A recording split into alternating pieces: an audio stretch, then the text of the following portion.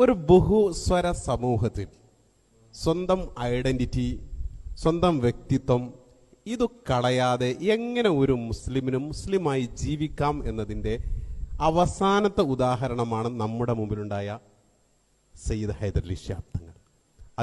അദ്ദേഹത്തിൻ്റെ വേഷത്തിനോ അദ്ദേഹത്തിൻ്റെ നടപ്പുരീതികൾക്കോ അദ്ദേഹത്തിൻ്റെ സംവിധാനങ്ങൾക്കോ യാതൊരു കോട്ടവും വരുത്താതെ, എന്നാൽ സെക്കുലർ താനൊരു മതേതരവാദിയാണ് എന്ന് തെളിയിക്കാൻ വേണ്ടി എന്തെങ്കിലും നാടകങ്ങൾ കാണിക്കാതെ അല്ലെങ്കിൽ എന്തെങ്കിലും ശൈലികൾ കാണിക്കാതെ തീർച്ചയായും തൻ്റെ വ്യക്തിത്വം, കേരളത്തിലെ എല്ലാ മുസ്ലിം സംഘടനകളും അദ്ദേഹത്തെ ആദരിക്കുന്നുണ്ട്, എന്നാൽ അവരെയൊന്നും വെറുപ്പിക്കാതെ അദ്ദേഹം പ്രതിനിധാനം ചെയ്യുന്ന സമസ്ത കേരള ജംഇയ്യത്തുൽ ഉലമയുടെ പാരമ്പര്യ ഇസ്ലാമിന്റെ വഴിയിൽ ഉറച്ചു നിന്നുകൊണ്ട് അദ്ദേഹത്തിന്റെ സുന്നത്ത് ജമാഅത്തിന്റെ നിലപാടിൽ അദ്ദേഹത്തിന്റെ ജീവിതത്തിൽ ഒരിക്കലും ഒരു ബിദഅയുടെ വേദിയിൽ പോകാതെ അദ്ദേഹത്തിന്റെ ഐഡന്റിറ്റി കാത്തു സൂക്ഷിക്കുകയും അതോടൊപ്പം തന്നെ എന്നാൽ ആർക്കെങ്കിലും അദ്ദേഹത്തെക്കുറിച്ച് ഒരു നോ എന്ന് പറയാൻ അല്ലെങ്കിൽ ഒരു മുഖം ചൊളിക്കലിന്റെ ശൈലിയില്ലാതെ നിലനിർത്താൻ സാധിച്ചു എന്നതാണ് ഞാൻ കാണുന്ന ഒന്നാമത്തെ അദ്ദേഹത്തിലുള്ള പ്രത്യേകത.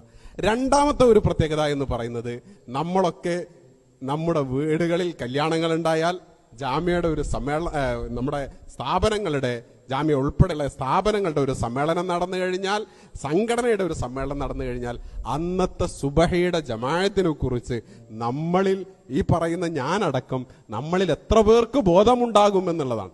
അതേ സമയത്ത് പാണക്കാട് സയ്യിദ് ഹൈദരലി ശിഹാബ് തങ്ങളുടെ ഏറ്റവും വലിയ സവിശേഷത, അദ്ദേഹം സുബഹി ബാങ്ക് വിളിക്കുന്നതിന് മുമ്പ് സംസ്ഥാനത്തിന്റെ വിവിധ ഭാഗങ്ങളിൽ എത്ര തിരക്ക് പിടിച്ച പരിപാടികളുണ്ട് എങ്കിലും എന്തൊക്കെ പ്രശ്നങ്ങളുണ്ട് എങ്കിലും 3 മണിക്കും 2:30 മണിക്കും ഒക്കെ വന്നു കഴിഞ്ഞാലും വാങ്ക് വിളിക്കുന്നതിന് മുമ്പ് ആ പള്ളിയിലെത്തിയിട്ട് സുബഹി നിസ്കരിക്കുന്ന.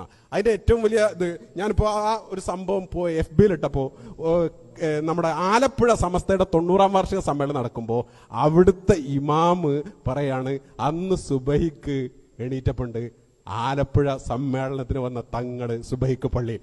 നമ്മളൊക്കെ സമ്മേളനത്തിന് പോയിട്ടുണ്ട്.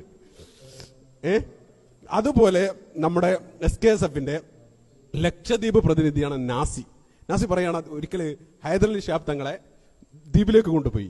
രാത്രി അയക്കണ് എത്തുമ്പോ അങ്ങനെ അപ്പുറത്തൊരു വീടൊക്കെ സജ്ജീകരിച്ച് മനോഹരമായി കൊടുത്തു.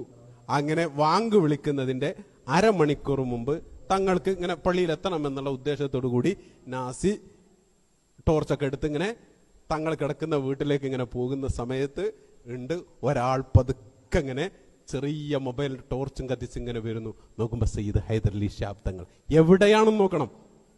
നമ്മളിൽ എത്ര പേർക്ക് സാധിക്കും ഇങ്ങനെ ജീവിക്കാൻ എന്നുള്ളതാണ്.